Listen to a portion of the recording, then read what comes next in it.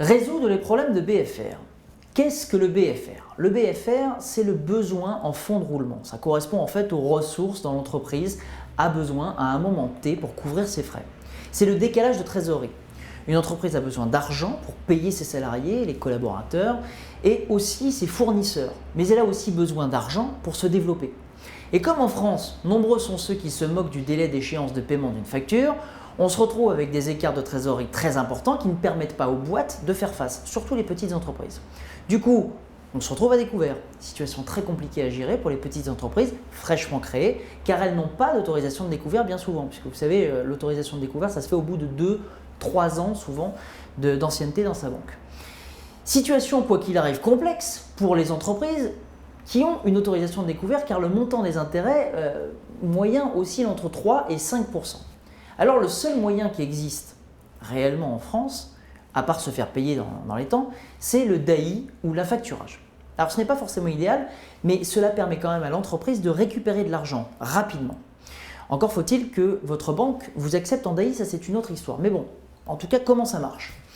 Vous allez voir votre banque. En premier lieu, la banque dans laquelle vous avez votre compte courant.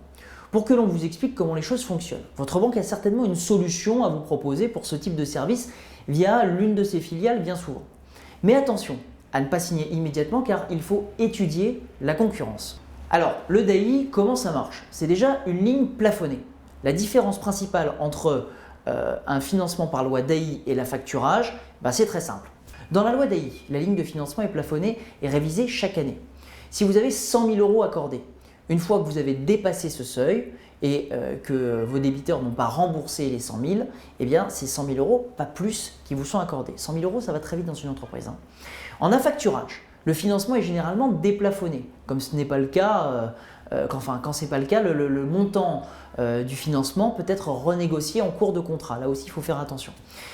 On dit que le DAI ne fait pas de recouvrement des créances. Mais ce n'est pas toujours vrai car dans le cas de ma société par exemple qui fait appel au DAI, toutes les factures sont sondées avant cession et relancées par la banque. Le DAI par contre, il n'y a pas d'assurance de crédit. C'est-à-dire que l'affacturage, à la différence du DAI, va également comprendre une garantie des créances, ce que ne va pas faire donc le DAI qui laisse à l'entreprise le soin de souscrire directement une assurance de crédit. En cas d'impayé sur la loi DAI, la créance sera débitée du compte de l'entreprise alors qu'en affacturage, la créance sera portée par le facteur jusqu'à son règlement. C'est une petite différence qui peut quand même avoir une incidence capitale. Donc c'est là où il faut faire attention. Mais la grosse différence en fait qu'il y a dans l'affacturage, c'est que le facteur achète la créance et supporte donc le fait que le débiteur soit par exemple insolvable. Et c'est ça qui fait toute la différence entre l'affacturage et le DAI. Ça ne veut pas dire que c'est mieux, mais en tout cas, il faut que vous preniez en compte ces deux paramètres. De toute façon, il faut que vous étudiez la question de prêt. Ça engendre évidemment des frais avec l'une ou l'autre des solutions plus ou moins lisibles parce que on a pu plus ou moins anticiper les choses. Le niveau de dépôt du FIS par exemple de base appliqué sur chaque facture et les intérêts qui courent ne sont pas pareils. Sur l'affacturage, vous avez donc ce FIS de base qui est donné et sur le DAI vous avez des intérêts qui courent plus de l'argent quand vous tirez une facture qui vous est réclamé. Pour ma part, j'ai calculé grosso modo que le coût moyen, il oscille entre 2 et 4,5% du montant total de la facture. Donc pour être sûr que vous ne vous trompiez pas dans vos coûts, je vous invite quand même à prendre la fourchette haute, c'est-à-dire 4,5 voire 5%.